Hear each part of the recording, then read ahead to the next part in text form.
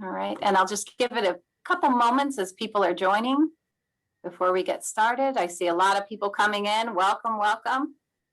We're excited to have you here. Yeah, I think I'll give it a couple minutes. Oh, this is exciting.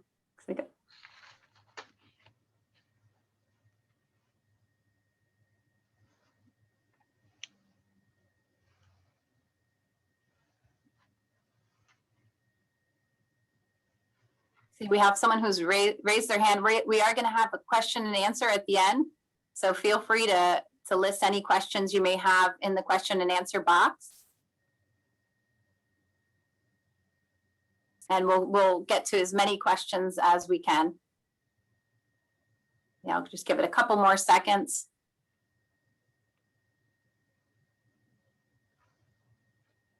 Yeah, so let's get started. Good morning, good afternoon, and good evening to everyone. The reason why I say that is because we're delighted to have people joining us from all around the globe today. So on behalf of FIU Cyber and the Office of Global Initiatives, I sincerely thank you for joining us for the we have International Content Expansion Series with the topic of getting published in premier journals. We will hear from distinguished editors of the top business journals. They'll give us some insight on getting published. And we're really in for a great treat today. As to my knowledge, this is the first time all of the gentlemen will be presenting in a webinar together. So we are very lucky. We encourage you all to pose any of your questions in the question and answer section. We will have an opportunity to answer as many questions as possible at the end of the session. And we'll be ending promptly today at 2 p.m. Eastern Standard Time, just to be mindful of everyone's time. My name is Jillian Avendano. I'm the program director at FIU's Center for International Business Education and Research, or Cyber Center. If you haven't heard of Cyber before, I'll tell you a little bit about it. So FIU houses one of the 15 cyber centers, which serve as a resource and are run thanks to full support from a Title VI grant from the U.S. Department of Education.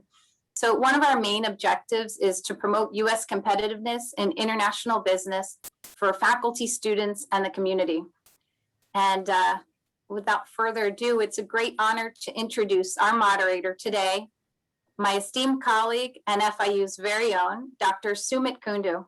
Dr. Kundu is the Associate Dean for International Programs at the College of Business. He's a professor for international business and is a James K. Batten Eminent Scholar Chair in International Business. Dr. Kundu is going to lead today's conversation. And without further ado, I'll pass it along to him. Thank you, Jillian. Thank you. Yeah. Can we have the next slide? Yes. Mm-hmm. So very good morning, good afternoon, good evening to all the participants in this webinar. On behalf of FIU Cyber and the Office of Global Initiatives, I welcome you to the webinar on getting published in premier journals and editors' perspective. We have three eminent scholars, Professors Jonathan Doe, Professor Laszlo Tihany, and Professor Elaine Verbeke, to talk about getting published in premier journals, namely the Journal of Management Studies, the Academy of Management Journal, and the Journal of International Business Studies. These three journals, as we are aware, are a part of the Financial Times 50 list of journals and are the most respected in the fields of management and international business. So let me take this opportunity to state a few words for each one of the distinguished panelists. Let me begin with Professor Laszlo Tihany, who is a professor of strategic management in the Jesse A. Jones Graduate School of Business at Rice University. His main research areas of interest are corporate governance in multinational firms, internationalization, and organizational adaptation in emerging economies. His papers have been published in Academy of Management Journal, Academy of Management Review, Strategic Management Journal, Organizational Science, Journal of International Business Studies, Journal of Management, and Journal of Management Studies, amongst others. He currently serves as the editor of Academy of Management Journal. Let me now next turn to Professor Jonathan Do, who is the Associate Dean of Research and Ramrath Chair in International Business, the Faculty Director of the Center for Global Leadership, and Professor of Management at the Villanova School of Business at Villanova University. He has been writing papers, on a variety of topics in the fields of international business, international trade, strategic management, and corporate social responsibility. Professor Do has more than 75 referred articles published in leading scholar and practitioner journals, 35 chapters in scholar-edited volumes, and a dozen teaching cases and simulations, and a co-author, a co-editor of 8 books. He serves as the general editor for the Journal of Management Studies. And finally, we have Professor Elaine Verbeke. Professor Elaine Verbeke is a professor of international business and holds the McCaig Research Chair in Management at the Heskane School of Business at the University of Calgary. He's also the research director of strategy and organization area at the Heskane School of Business. Professor Verbeke has authored or edited more than 30 books and written more than 200 referred publications, including many articles in scholarly journals such as Journal of International Business Studies, Strategic Management Journal, Journal of Management Studies, amongst others. So it has been an honor and a privilege to have these 3 gentlemen who are eminent scholars and editor-in-chiefs of the 3 prestigious journals, namely Academy of Management Journal, Journal of Management Studies, and the Journal of International Business Studies. So let me share the agenda for this webinar. So as you can see, the title of the webinar is Getting Published in Premier Journals. And when you think about publications or publishing in premier journals, there is both the theory part as well as the empirics, methodology. So the way this discussion has been framed is that we're going to hear from each of the 3 distinguished panelists in terms of, what are their expectations, in a paper that is accepted in AMJ or JMS or JIPS. So I'm going to basically, be the moderator of this panel and pose the questions to each of the panelists. My first question for today is, as an editor of a premier journal, what are your editorial expectations of an article accepted in your journal, whether it is AMJ, whether it is JMS, or whether it is JIPS? Now, at the onset, each panelist has 2 minutes to respond to this question. And I will first ask Professor Laszlo Tihany to address this question. Thank you, Sumit and Jillian. Thank you for the invitation. I'm excited to be here and have the opportunity to talk about the Academy of Management Journal. Basically, our journal is a theory-oriented journal. We seek to make that articles make strong theoretical contributions. So we would like to publish the best papers in the field. So this is certainly a competitive process across journals. And so the papers that are successful in our review process hopefully tend to make significant contributions to theory and change conversations in the field over certain phenomena and theories. We are an empirical journal. This is very important. We sometimes receive submissions that are conceptual. We don't publish them because our mission requires us to publish empirical contributions. We are a very international journal, so our journal over 60 years ago started out in the United States, but we do receive submissions from many members of the Academy of Management for over 120 countries. Our editorial team, as well as review board, reflect that diversity, the international diversity of the field.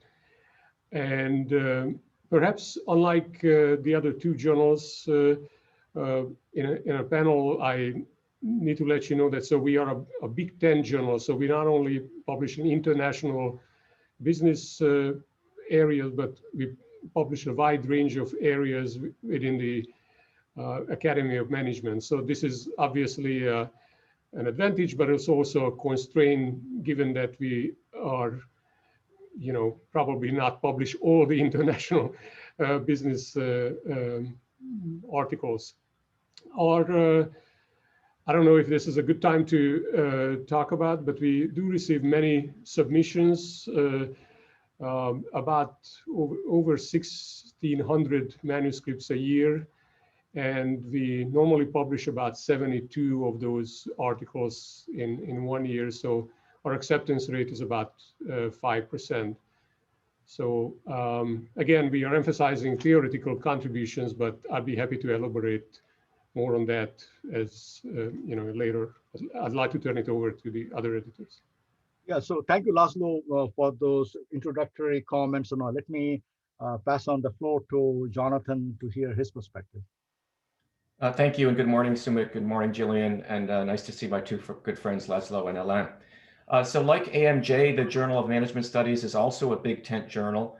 And in some ways, we're perhaps bigger in the sense that we publish both theory development papers that might appear in the Academy of Management Review, as well as empirical theory testing papers that might appear in the Academy of Management Journal. So we cover both the theoretical and the empirical. And like the Academy journals, we publish everything from OB, OT, HR, entrepreneurship, strategy, international business, et cetera. So again, as Laszlo mentioned, the shelf space for any one of those areas is somewhat limited. Like AMJ, we received about 1,500 manuscripts last year, which was a record for us, about 20% up from previous years. And I think that's been the true across the journal ecosystem. In terms of acceptance rate, we're at about 4%, 4-5% as well. So a very low acceptance rate. Part of that you need to understand is that not everything that we receive is certainly of publishable quality. So a lot is put aside, if you will, in the first instance through desk rejects and that. In terms of the theoretical contribution, trying not to repeat what Laszlo shared, I think novelty is something that we very, very much look for. So a different take or twist or interpretation, or identifying a constraint or limitation to existing theory, or integrating a theory not typically used in management studies from an allied social science. So in summary, I would say something a little bit different is what we would be looking for. I'm not saying every paper that we publish has that, but to be able to have something to say about theory in a way that is new, that is fresh, and that is not sort of rehashing things that have been said in the past is something that we very much look for at JMS. So I'll leave it there for now and then turn things over to my good friend Alain. Thank you very much, Jonathan. It's a pleasure to be on this panel with you and Laszlo, and thank you so much, Sumit and Jillian, for organizing this.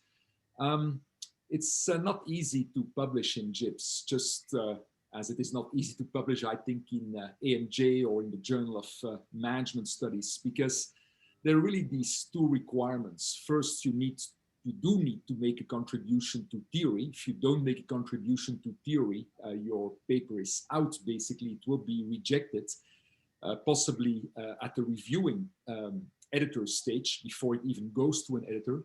And then you need to be able to engage at a high level with an empirical, real-world IB phenomenon. And so you really need to convince the editor and the reviewers that you have done those two things, that you've made a real contribution to theory, and that at a high level, you basically are engaged with that phenomenon.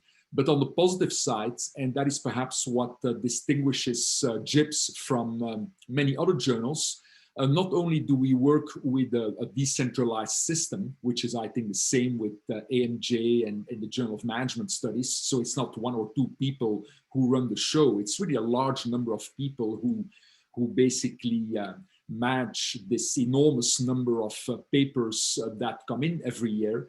But the odds are good that you will actually get an editor who really knows what the topic is about. So if it's about international marketing, you know, the odds are 90% or higher that you will get a marketing editor. If the paper is in international finance, well, the odds are again probably higher than 90% that you will get really an international finance editor who understands the field and who understands the actual topic that you are engaged with. So from that perspective, I think that you know, the odds are better at JIBS than with some general management journals, where basically, you know, manuscripts may be assigned to editors based on a few keywords, but where it's actually very unclear whether that editor knows anything about the phenomenon you're really engaged with. But in terms of the quality requirements, I would say that, you know, we try to do the same, of course, as AMJ and the JMS. When there is a marketing manuscript coming in, I always say to my editors, you know, it should meet the standards of a leading journal in marketing. If it's a finance paper, it should meet the standards of a leading journal in finance, because it's only if we have those types of standards that we ultimately can move forward as a field. And that's, of course, our challenge in IB, is how to be perceived at par in quality with journals that you know, are in functional fields. So how can we be perceived as par with scholars in marketing, in finance, in OB? And it's only by trying at least to have the same standards as the top journals in those fields that we can actually move upward with the journal. But it's kind of a tricky thing to do. So not just to try to build a journal, but in the same time try to build the field itself. So I think I'll stop here. Thank you. So this is a great beginning, you know, in terms of trying to think about the theoretical contribution, and of course what Jonathan was mentioning about the issue of theory development and theory testing, you know. So one thing which we'd like to hear, the audience would like to hear, is that, you know, people are in different stages of the career, you know. So junior scholars, you know, aspiration is very different from that of a mid-career scholar or a senior scholar, you know. So how this issue of theory development versus theory testing, you know, as it plays out, you know, in the context of one's career progression, you know, because you know, at the end of the day, when you're trying to push the frontiers of knowledge, I think theory building and theory development is an important element, you know. And whether it is in the area of management studies or in the area of international business, you know.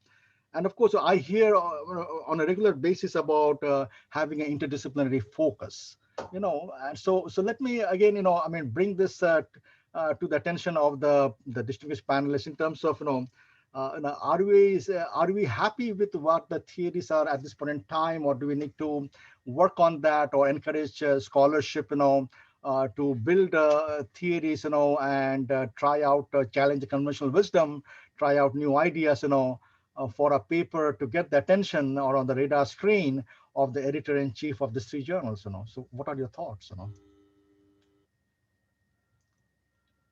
Anybody can take a swipe at this question, you know, on theory building. And sure, I will perhaps then start, Sumit. So as I mentioned, a contribution to theory is of course essential, but that is easy to say. What actually constitutes IB theory? And I think one of the main problems is that many scholars think that coming up with a new word or a new category to extend the classification, that is really a contribution to theory. And then authors really are very disappointed when editors and the reviewers are skeptical at best. And the reality is, of course, that you can only contribute to theory if you really thoroughly understand the content of the existing theory, but including, in our case, the most recent iterations in IB context. As one example, we see many papers that are now coming out saying, oh, you know, we have to focus more on resource-based view thinking in international business. And the reality is, of course, that we have had over the past 45 years, a lot of mainstream theorizing that builds on the concept of firm-specific advantage, which of course is a resource-based view notion, but long before Jay Barney ever coined the term. And the same thing with proponents of institutional theory, for example. You know, of course, institutions are of critical importance, but for the past many decades in IB theorizing, we've been talking about country-specific advantages and location advantages. And so we actually in IB have very sophisticated models, both conceptually and empirically, to address issues of institutional distance and institutional complexity and so on. So I think that one key problem is that very often scholars come up with a new concept, a new idea, and in a sense they try to propagate it a little bit like they would do in the Harvard Business Review or the Sloan Management Review, and they don't sufficiently address the boundary conditions. So they come up with some model that very often has a normative component, and then they basically overgeneralize. And I would say when it comes down to theorizing, that would be, I think, the most important message for the audience today is make sure that you actually delineate the boundary conditions within which your particular theoretical contribution may be valid or is valid. And in other words, the contribution to theory is not just then saying, well, within these boundary conditions, it's valid. Like, for example, this is something that is relevant in a South American context, you know, with those types of institutions and this type of culture, but also then at the same time to say, well, what do we do then in other contexts? So how do we marry our insights with the existing insight that has been come up with or found in many other contexts? It's then that you actually create kind of a real contribution is when you play with these boundary conditions. And that is, in my experience, the main weakness of most papers that you know, argue that they're making a theoretical contribution, that they don't sufficiently address those boundaries. Thank you. Thank you, Elaine. So Jonathan or Laszlo, in your research, you know, in your papers, the publications and all, how important has been theory building or theory, you know, or vis-a-vis theory testing, you know? I mean, can you, you know, give some ideas in terms of, you know, I mean, where do we stand? You know, I mean, all of you are published in premier journals, you know. So how important was the theoretical aspects in your papers, you know? I'll go ahead. So just very quickly, it's very important, but I do think sometimes editors and reviewers are not as clear with authors about what it means to make a theoretical contribution. It is not that every paper should come up with a new theory, as Alain mentioned. There simply aren't enough around to deploy and leverage. And so I would just echo what Alain remarked in the final part of his comments here, which is it's finding something new to say, I think, about existing theory. So it could be the boundary conditions, as he mentioned, the limitations, situations where theory does or does not explain a phenomenon, new phenomena that theory has not explained in the past. So I think it's as Alain mentioned in his opening comments, it's the combination or the strategic fit between the theory and the phenomenon that hopefully together, the combination of the two have something unique, exciting, stimulating, and engaging to offer. Thank you, Jonathan. I agree with Jonathan and Elaine. I think what is very important is to either write deductive or inductive papers for our journals. There is certainly, I think, what we often talk about is exploration, the idea, exploration of concepts and finding interesting results. Now, our journal does not publish these exploratory studies, but the Academy of Management does have a new journal, the Academy of Management Discoveries. But I think the reason we emphasize theory building and theory testing, if you consider the alternatives of exploration, and that there are a lot of dangers of that, where you find some really surprising findings and try to explain the phenomenon, or you try to predict that the same phenomenon will happen in the future under those conditions. And that's something that I think we, most of us caution about, because those are, especially today when you have access to enormous amount of data and data sets, you can always find something, if you are persistent enough and running tests multiple times. But that's not what science is, at least not from our perspective, because those findings are often accidental and hard to replicate, and replication is very, very important in science. So I think partly that's why we emphasize starting out with theory and to be able to explain phenomenon and also predict phenomenon. Thank you, Laszlo. So moving on to the next topic, which is about methodology and empirics. So what I had in mind was to ask the panelists, that what type of methodological rigor you look in a paper. I mean, because the level of methodological sophistication has gone up tremendously across all the fields of social sciences. When you read the papers, not only management, international business, but finance, marketing, and you are dealing with the new technologies and new techniques. And so, but again, it's very fascinating to me that there is also a surge in qualitative studies. So nowadays we teach our doctoral students that, hey, you should think about mixed methods. You have some case studies and then followed by a quantitative empirical studies. And of course, in some journals, they are looking at people who have the methodological expertise, because all the reviewers do not possess that, or the set of skill sets. And of course, very importantly, nowadays, we're also talking about sharing the data for full disclosure transparency. So let me pose this question to Laszlo, because AMJ historically is very much an empirical journal. So what has been his experience as the editor-in-chief? I mean, he has published papers in AMJ. So based on his research and based on the other side being the editor-in-chief, I mean, what does he see? Transparency is very important to us, and we increasingly emphasize that. We encourage authors to pre-register studies, share what is possible. I think there are obviously differences across fields, and while probably in economics and finance, sharing publicly available data is easier, but when we work with human subjects, which very often happens in management, that's more difficult. So we have to work with authors and reviewers, but science is about curiosity and openness, and it's extremely important to share what is possible with the reviewers and readers to make sure that those results really hold and can be replicated.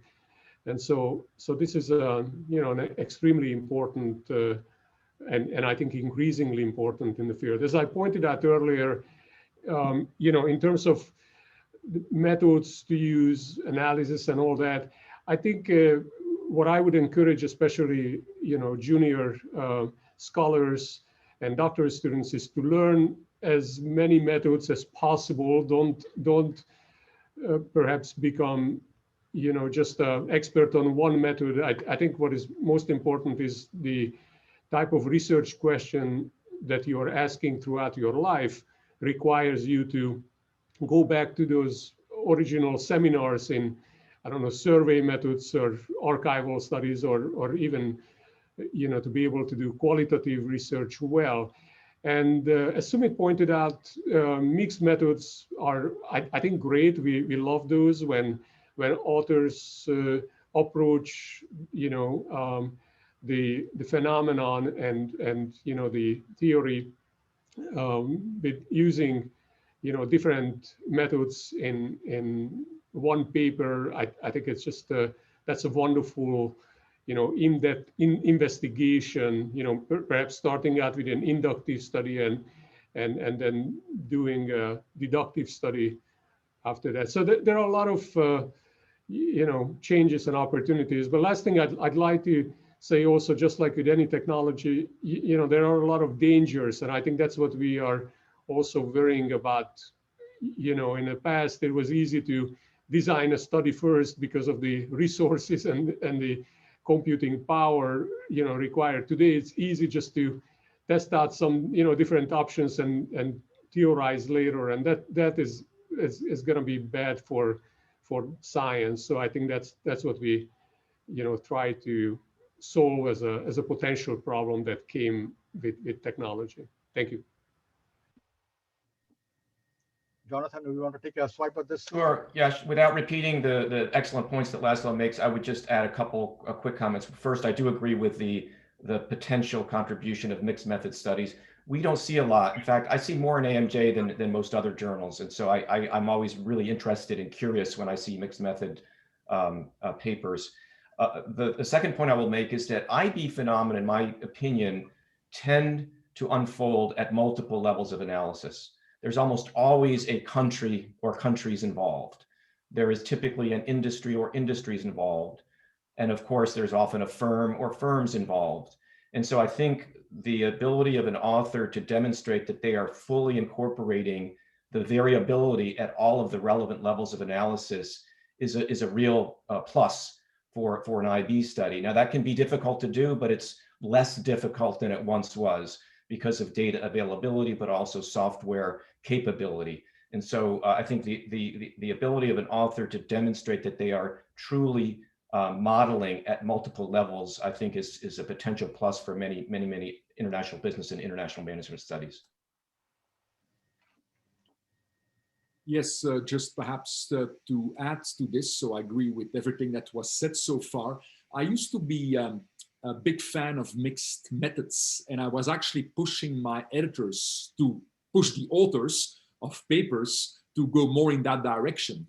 But actually, I've become more realistic, I think much in line with what Jonathan just said over the past 2 years or so, because there are actually very few papers that are mixed methods or that can reasonably be turned into mixed methods papers. I think that now we talk increasingly about triangulation, but triangulation not in a statistical sense, but more in terms of, okay, for example, you have this large database on acquisitions in South American countries, for example, and you unleash some sophisticated statistical methods, and then you basically are talking about mechanisms. For example, how the narcissistic quality of CEOs might affect acquisition outcomes. Well, that all sounds good, and perhaps statistically that looks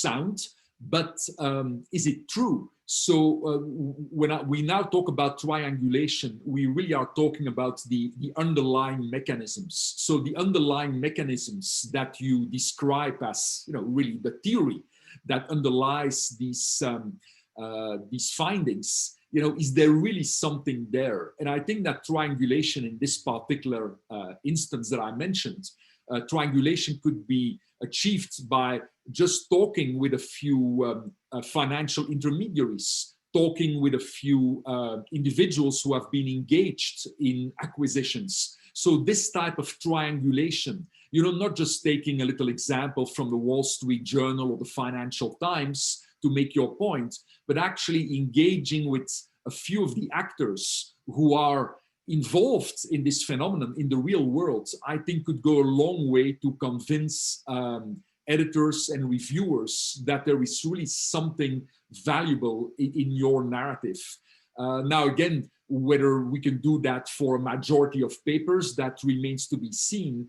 But I think what I do observe is increased skepticism with many editors and reviewers when they just see results of manipulating a particular database, and they see inverted U curves and so on, or U curves or S curves or W curves. I mean, not that these are always absent, and they may actually portray a particular phenomenon, but in many cases, in my view, there is something, there's something of fake science in those types of studies. And I think that with triangulating properly, you can actually write a much more compelling and convincing story. Thank you. Thank you, Elaine. Thank you. So moving on to the next topic, which I think is very important given the mission of AACSB, in terms of the research which we do, in terms of the relevance and impactfulness of research, And nowadays, most of the research which we read, the complaint has been made that it's only read by the academics. They are not read by practitioners. They are not read by corporate America, or corporate Europe, or corporate Asia. So here comes the issue of societal impact and real impact. So as the editor-in-chief, how important is the relevance of articles to society? Given the AACSB new standards, And so let me pose this question to Jonathan, to get his perspective, and then let me hear from Elaine and Laszlo. Thank you, Sumit. I'm glad that you included this question because I think it's extremely important, and I feel very passionate about it, not just as an editor, but as a scholar. And as you know, I think management scholars have come under increasing criticism about the relative impact or lack thereof of their research. And there's certainly been a very vigorous debate in a lot of different outlets, including the Academy Journals, Harvard Business Review, and elsewhere. I'm not sure we've made as much progress here as we would like, but I do think we're starting to make some. There's the Responsible Research in Business and Management Initiative and a number of others that are really urging us, encouraging us, calling upon us to ensure that our research has not just impact on individual business firms, but on broader issues and questions that society is facing. At JMS, we're highly engaged in this discussion through a number of different initiatives. First, we recently published a comprehensive editorial that tries to lay out the different types of impact that scholarly research can have. Scholarly impact, of course, practical impact, policy impact, societal impact, and educational impact. And I'll put a link to the editorial in the chat. It's open access right now. Secondly, I think through special issues, not just at JMS, but at AMJ and JIBS and others, we have an opportunity to bring together scholars on a particular problem or challenge. A forthcoming special issue at JMS in our next issue is going to be on the sharing economy. So I think this is something that we read about in the news every day. It obviously has a lot of different ramifications and implications for business, but for society, for employment, for the future of work, et cetera. And then finally, we launched a series of more than 40 commentaries on how COVID might be affecting not kind of the practical world in this case, but on the questions and issues that management research ought to tackle going forward. And Alain Verbecke contributed an excellent one on international business strategy. So I think this is really the issue of the day, if you will, and I'm really glad that you teed it up. I feel passionately about it, and so do my colleagues at the Journal of Management Studies. Yeah, thank you, Jonathan. Just to continue that train of thought, and I should mention that actually I've learned a lot from Jonathan's approach, when he managed the Journal of World Business as editor-in-chief and before he moved to the Journal of Management Studies. The problem is that it's a great paradox in a sense. So reviewers want to see a contribution to theory, they want to see convincing data, and they want to see a compelling narrative. But when you think about it, and that's the paradox, none of these elements, contribution to theory, convincing data, and a compelling narrative, necessarily imply any real or societal impact. And so what I mean to say by that is that it's actually very difficult if you don't actively intervene as an editor-in-chief to get these papers that might have a real world or societal impact. And that's why when I became editor-in-chief, I introduced these point-counterpoint debates. Actually, one of these involves Jonathan and probably will be published soon. Also special pieces, like Jonathan was also involved in a paper that I think is very important on grand challenges in international business. And is also involved in some other initiatives actually in the JIBS context that address these important issues. So you need almost like this second category of papers, we may come back to that are still reviewed so relatively rigorously, but that get a kind of a special status in your journal. And if you don't do that, you're probably going to miss out on a lot of important phenomena that are going on in the real world, and your journal will completely be divorced from that to reality. And sometimes, unexpected things happen. Like we had an editorial on COVID and international human resources management. You know, it was, I thought, an interesting piece. That piece has been downloaded more than 50,000 times. I mean, which is quite extraordinary for a journal like JIPS, you know, with the AIB having only, you know, about 3,000 members. So we're trying to move in that direction. Also, the editors decided to have a few special issues now that really go in that direction. We'll have a special issue on what is called global mobility, but in the broader sense of the words than you would normally think, not just mobility inside a multinational firm, with, I think the deadline is somewhere in January 2022. And there is also kind of a special issue on corporate sustainability, which I assume will also be a very important one in terms of dealing with grand challenges. But I just want to end by repeating this very simple point. The journal doesn't just suddenly start becoming interested in grand challenges. As editor-in-chief, you have to make that choice. Do you want to go in that direction or not? But it's tricky, because if you decide to go in that direction, you know, there is still that expectation of quality.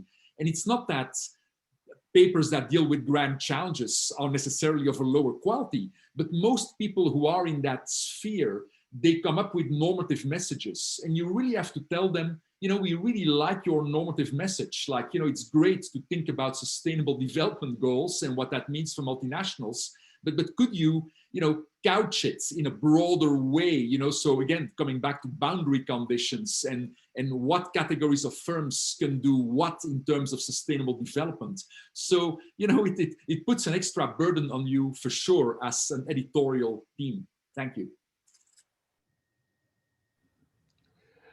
Societal relevance is also, you know, very important for the Academic Management Journal as well. When I got elected as editor, this was part of my application, and you know, that we are actually organizing a special issue, joining conversations in the society. And normally each editor in their 3-year term at our journal, we have only one special issue, and we're very excited to highlight some socially relevant articles. That said, you know, we remain, you know, we have to remain as a Big Ten journal and welcome all different views. And I often consider our journal, just like I think other journals, is a mirror of the field. We cannot be better than the field is, and so in that way, I try not to be, you know, activist in a way that to select, you know, the type of articles I like versus other articles, because I think our mission is to publish the best what is out in the field. That said, hopefully the field will evolve and change. And in a couple of recent editorials, we actually try to highlight the importance of contributing to the society with our work, and even pointing out the dangers of perhaps you know, trying to publish interesting work in the meantime, maybe hurting groups of the society, finding out the downside of diversity, for example, or the downside of having international faculty or students and so on. I think these are often based on some accidental findings that could be interesting, but can do a lot of harm. And I think we need to think about in terms of how the public perceives our work, and practical importance is you know, part of our mission, just like for the other two journals. But again, we need to make sure that companies, organizations, managers improve and evolve, and we are not going back to the, you know, the 19th century or something, abusing workers, for example, or you know, not to compensate them. So I think these are, we need to have a positive impact. And the last thing I'd like to say is certainly, you know, we can do our part, but I think it's very important that you know, again, junior faculty, doctoral students, and institutions, schools are also rewarding work that is changing the world. And you know, I often say, if you don't do that when you're young, you're never gonna do it. And so I think it's unfortunately, I think our incentive system is built in a way that, slicing very small contributions is rewarded more than writing something big that has the potential to change the world. But so anyway, I think hopefully we'll do our part, but I think others have to do their parts too. Thank you, Laszlo. Thank you for those insightful comments. It's interesting that as I was hearing and I was reflecting that, clearly that, I mean, we have some responsibility in our shoulders as we train our PhD students. Most of the PhD students, when they go to a doctoral program, it's a run of the mill. They basically exposed to theories and methods, but never in the research they're reading, the societal impact comes into play. And we as professors don't even emphasize that aspect, and so obviously, how do you make the connection, how do you connect to what is happening in society to your research, I think that onus lies with us, and until that culture starts, within the institutions, it will be a difficult challenge, a difficult transition, from the type of research we are doing, and publishing papers which are very much numbers driven, data crunching, and one thing which I've always believed is that case methods, case studies, I'm not saying Harvard Business Review or Sloan Management Review, Califano Management Review, but journals of that type, bring so much insights, so how do we bring those insights, into our research to make those connections, a bridge between what is happening in the real world to what we are writing, So I think those points have been very, well tackled and well addressed, So that brings us to the other issue is that oftentimes, some scholars and a large number of them, they are a little confused in terms of, that what type of paper they should be focusing on, a short paper versus a long paper, say, a full-fledged paper would be about 10,000 words thereof, a short paper could be 7,000 words thereof, so research note, So I was going to request the three panelists to give some insights, to the audience out there, who are debating, in terms of how to, not only about framing the argument and positioning the paper, but what type of paper, formatting and things of that sort, should be, thought about, especially when you're looking at journals like AMJ and JMS and JIPS. So, I mean, I can, Jonathan? No, go ahead, Laszlo, please. In terms of, we don't publish research notes. We used to, but the decision was made a number of years ago that we don't publish shorter research notes.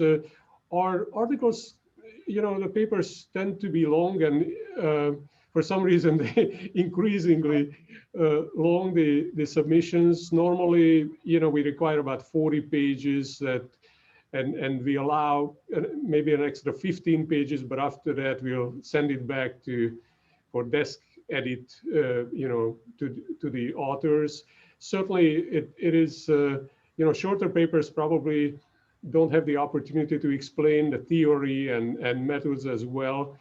But just on, the longest during my tenure so far I received was 6,480 pages. So there is a limit somewhere that that's just not possible to publish in a journal. So it is a practical, obviously, decision. And again, we are relatively short compared to review papers or others. I'm turning over to Jonathan. Probably didn't answer all the questions, but hopefully he will. Thank you, Laszlo. So I think the good news, bad news here is that it used to be that the publishers were very concerned about page length, total number of articles, because they were sending out literally thousands of hard copies of these journals to libraries all over the world, and it was prohibitively expensive.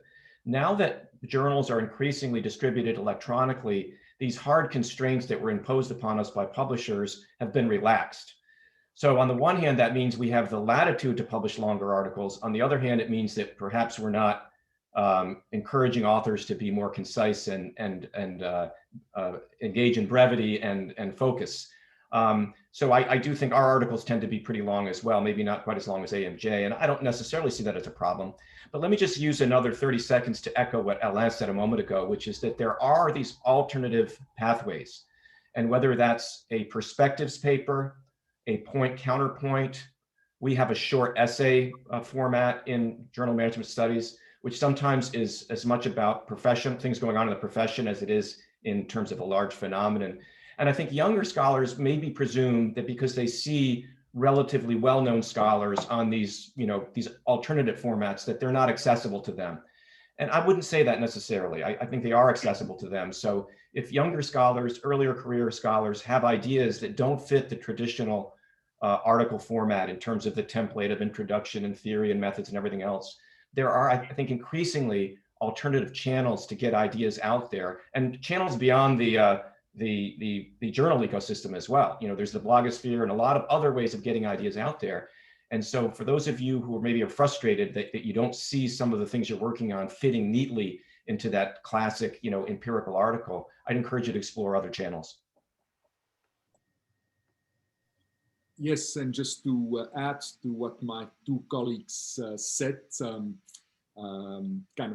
we also have these various types of articles. And yes, it is true, the normal, articles that go through the normal process, they increasingly have to abide by these higher standards.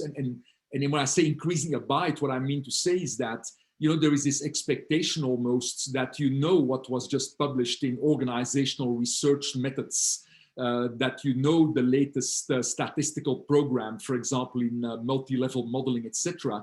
So from that perspective, the standards are actually getting higher and higher. But on the other hand, precisely because there is that great appetite to do things that are relevant or more relevant from a societal perspective and perhaps can have an immediate impact, you almost need these other venues. And these other venues can then be either in the journal itself, I think, as Journal of Management Studies is doing and as JIPS is doing, or then there are these alternative venues. For example, at the Academy of International Business, the decision was made to have AIB Insights as a third journal, a legitimate journal.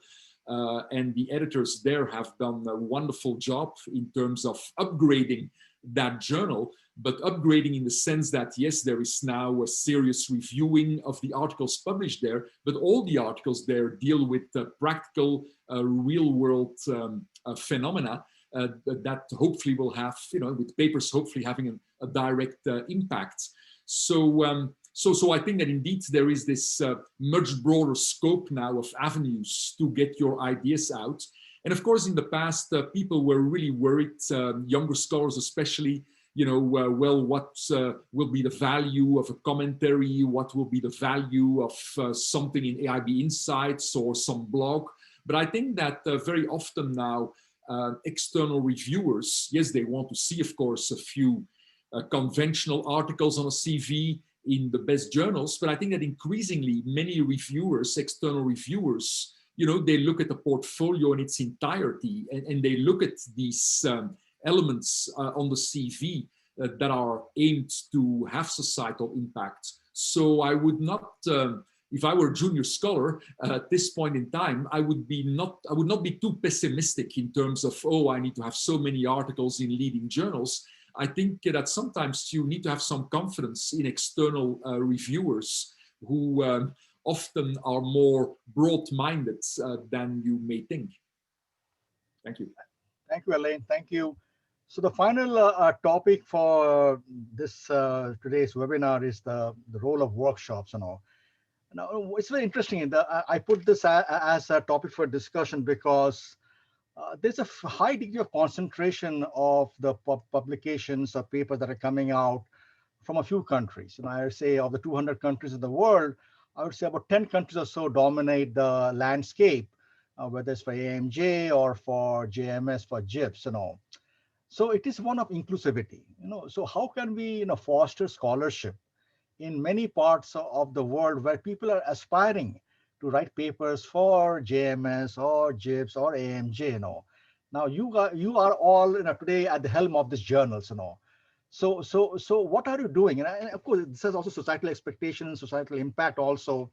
What are you doing to basically foster that scholarship outside, Western Europe or Canada or US, because we're talking about 10, 12 countries that has dominated this landscape.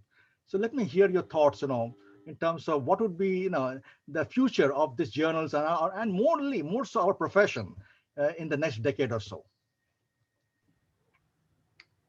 Yeah, perhaps if I can start very briefly. So we're trying to be more active and trying to be, really do something about equity, diversity, and inclusion in terms of the journal. Like we just started an Africa initiative that will actually lead to a point and a number of counterpoints, and where a number of scholars from the African continent will be involved. I know that people like Alvaro Cuervo Casura, has been very involved in workshops, PDWs for South America, for example. Of course, we are quite active in ABA, where you have lots of scholars from Eastern Europe, from Southern Europe. But the point is, I think that's the most important point, is you need champions. So in other words, yes, from the top down, you can give a few, guidelines as editor-in-chief, but there is only so much you can do. To come back to Laszlo's wise words, we can play our role, but many others need to play their role too. And so more specifically in the context of these workshops and PDWs, you really need champions who feel strongly about a cause, and of course who are substantively good scholars. And those are people who can then really make a difference. But trying to do it from the top down is, I think, a recipe for failure. Thank you. I would give a shout out actually to the Academy of Management. I think it was more than 10 years ago that Jim Walsh and others at AOM launched the Academy's Africa Initiative. And I think the Academy has demonstrated a lot of genuine effort to try to be more inclusive and more integrative in all geographies of the world. But I agree with Alain. There's a self-selection, or there's a supply problem in addition to a demand problem. When I was at Journal World Business, we received more manuscripts from the country of Australia with 25 million people than we did from the continents of Latin America and Africa combined. So there's a real disparity, and it's a long story that has to do with the fact that universities in certain parts of the world are very poorly resourced. There's not incentives to publish, et cetera. At JMS, I think we've been a little late to the game in the sense that we don't have a large professional association behind us the way that JIBS and AMJ do.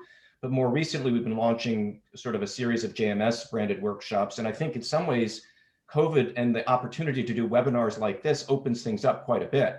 And the fact that I see 240 people still with us is a testament to that. But I think the journals and the publishers and the professional associations are really making a concerted effort. And I give Alain and Laszlo and their colleagues a lot of credit in that respect.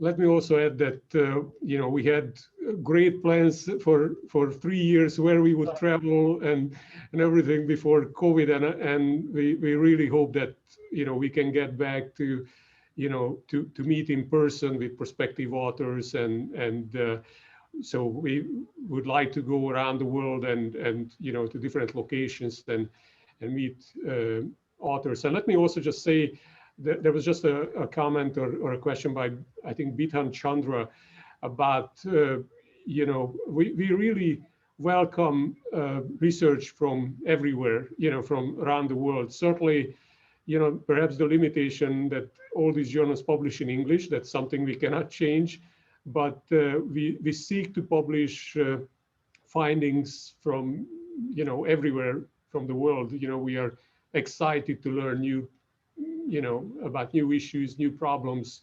And so I think that's the point with this paper development workshop as well, facilitate the exchange of ideas. Thank you, Laszlo. Thank you. This has been very insightful, this webinar, in terms of the variety of topics, we have talked about and addressed from the three distinguished panelists, so we have a little time maybe for a few Q&As. I'll ask Gillian to pose some questions. She has been receiving many questions. Yeah, so we've received a lot of questions, but I'm happy to report that as the questions are coming in, the editors are responding to a lot of them, which is fantastic. So I'll just ask, many of the questions were slightly answered by the responses from the editors anyways, but I'll just pick a couple if we have a chance. So we have one from Zahid, and he says, the transparency of the data has been the key issue for business and management research. How did the editors address this issue regarding survey-based research design, especially in the field of OB? And anybody who would like to answer can go ahead and chime in.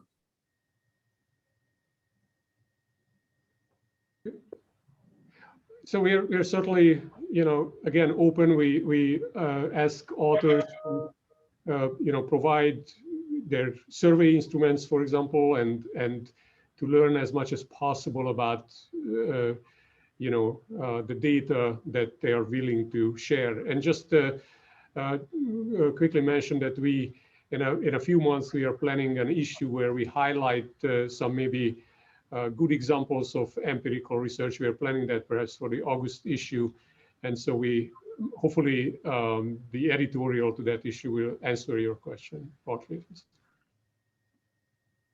We have another question that was briefly touched upon, but it's specifically for Dr. Verbeke. It says that there hasn't been many papers published about Africa in JIBS, which I know you addressed as well, and that there is an effort to publish more papers on in this continent, the African continent. It says that perhaps it's because of the difficulty in assessing data in African countries. As a young scholar researching on FDI to Africa, what do you recommend I do in order to get published in JIBS? Yes, so first, as a general point, I should mention that about a year ago, one of our consulting editors came to me and said, we really need to publish more work on Africa. There's, of course, some excellent work that has been published actually on Africa, like from Aloysius Nieuwenham Kahindi, for example.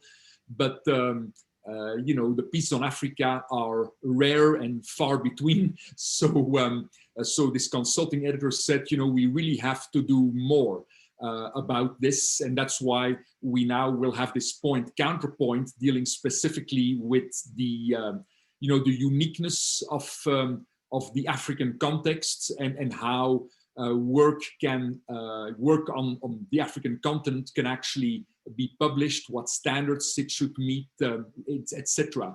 But the consulting editor at the same time, I basically sent all the Africa-related papers to her. And, out of, I think she reviewed in the past many months, I think it was 16 papers, there was only one that was ultimately accepted, and that dealt with boycotts, during the periods, the end of the apartheid regime, basically, which is kind of, hardly a topic nowadays in 2021 that is really at the heart of what matters to African society or the African economy. I think that my advice would simply be to say, well, in the context of FDI, there has of course been an enormous volume of very good work published, not only in JIBS but also in journals such as Journal of Management Studies and the Academy of Management Journal. And I would just say, try to take on board this most recent high-level work and try to identify the specificities of the African context, of the African institutions, African, of course, there is not an African culture, but perhaps cultural specificities of the countries that you are studying, and try to take it from there, a bit like in line with the earlier conversation we had. How can insight into particular African countries actually augment existing theory, rather than to say, well, obviously mainstream theory is completely worthless and there is nothing that we can do with it. And in fact, what we have learned about emerging economies is not valid either. We need something specific for Africa. I think that is the wrong way. I think the correct way is to say, okay, what is the additional insight that my particular research on one or a number of African nations can bring, starting from mainstream work on the topic. Thank you. And I think we have time maybe for one more question. As we respond to this question, I'm going to launch a poll because we'd love to hear everyone's feedback. So I'll launch that, but pay attention to the response at that time as well. So in qualitative research, how do you make sure that you have convincing data? How do you define convincing? It's very open-ended, I guess. Any of you can I'll respond. start. There was a question, a very closely related question in the Q&A as well on this. And I think the short answer is it's challenging.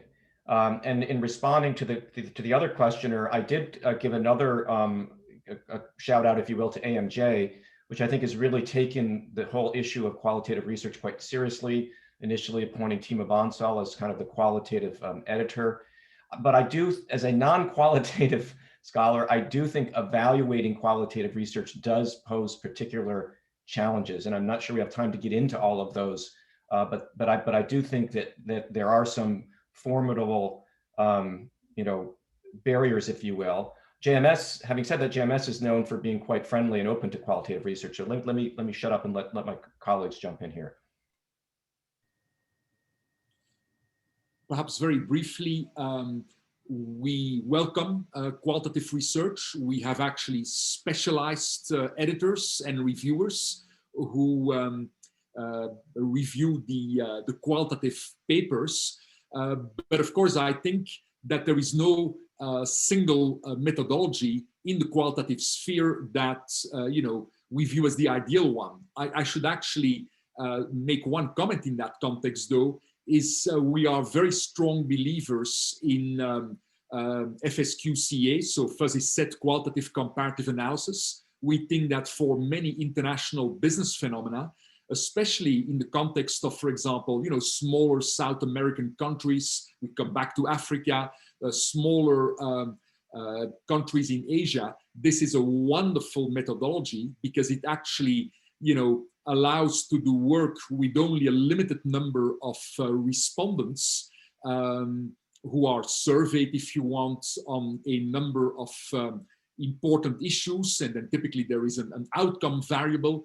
And it's a methodology that is relatively easy to learn. There was actually a recent editorial in JIPS about this, but of course there have been papers using FSQCA in all the main journals, including AMJ and the Journal of Management Studies. And I think, if I were to say one thing, there are many qualitative approaches, but I really do think that for many junior scholars, fuzzy set qualitative comparative analysis, a methodology that is relatively easy to understand and to learn, and for which there is dedicated software available, I think that is often the way to go to create a compelling narrative.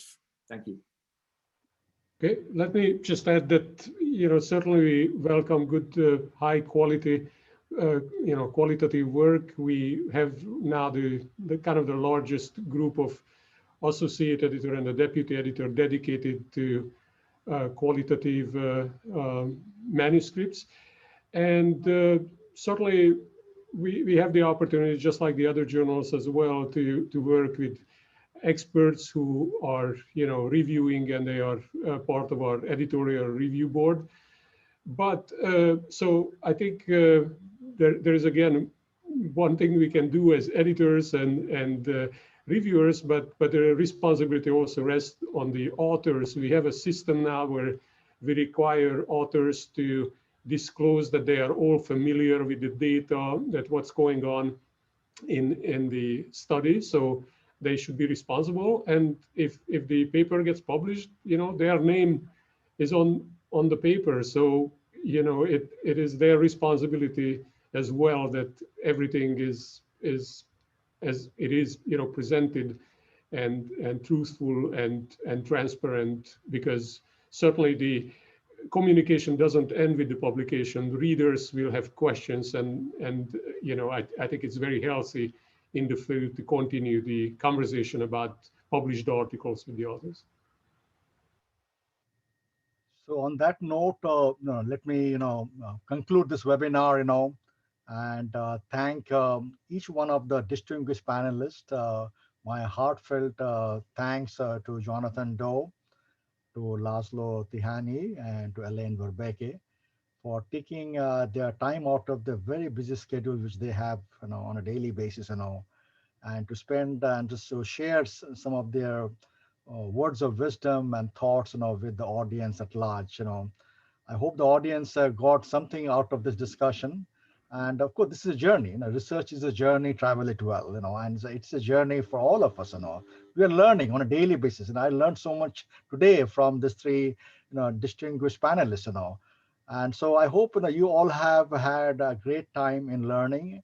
And as we meet, for the Academy of Management and Academy of International Business and Students Management Society conference in 2022, please say hello to these three gentlemen when you get to see them, because they are a wealth of knowledge. And of course, please write to them if you have any questions. But on behalf of Florida International University, Cyber Center for International Business Education Research, and the Office of Global Initiatives, I, Sumit Kundu, thank all of you for joining us for this morning or afternoon, evenings webinar, wherever you are, and hope to see you again very soon. Thank you. So long, everyone.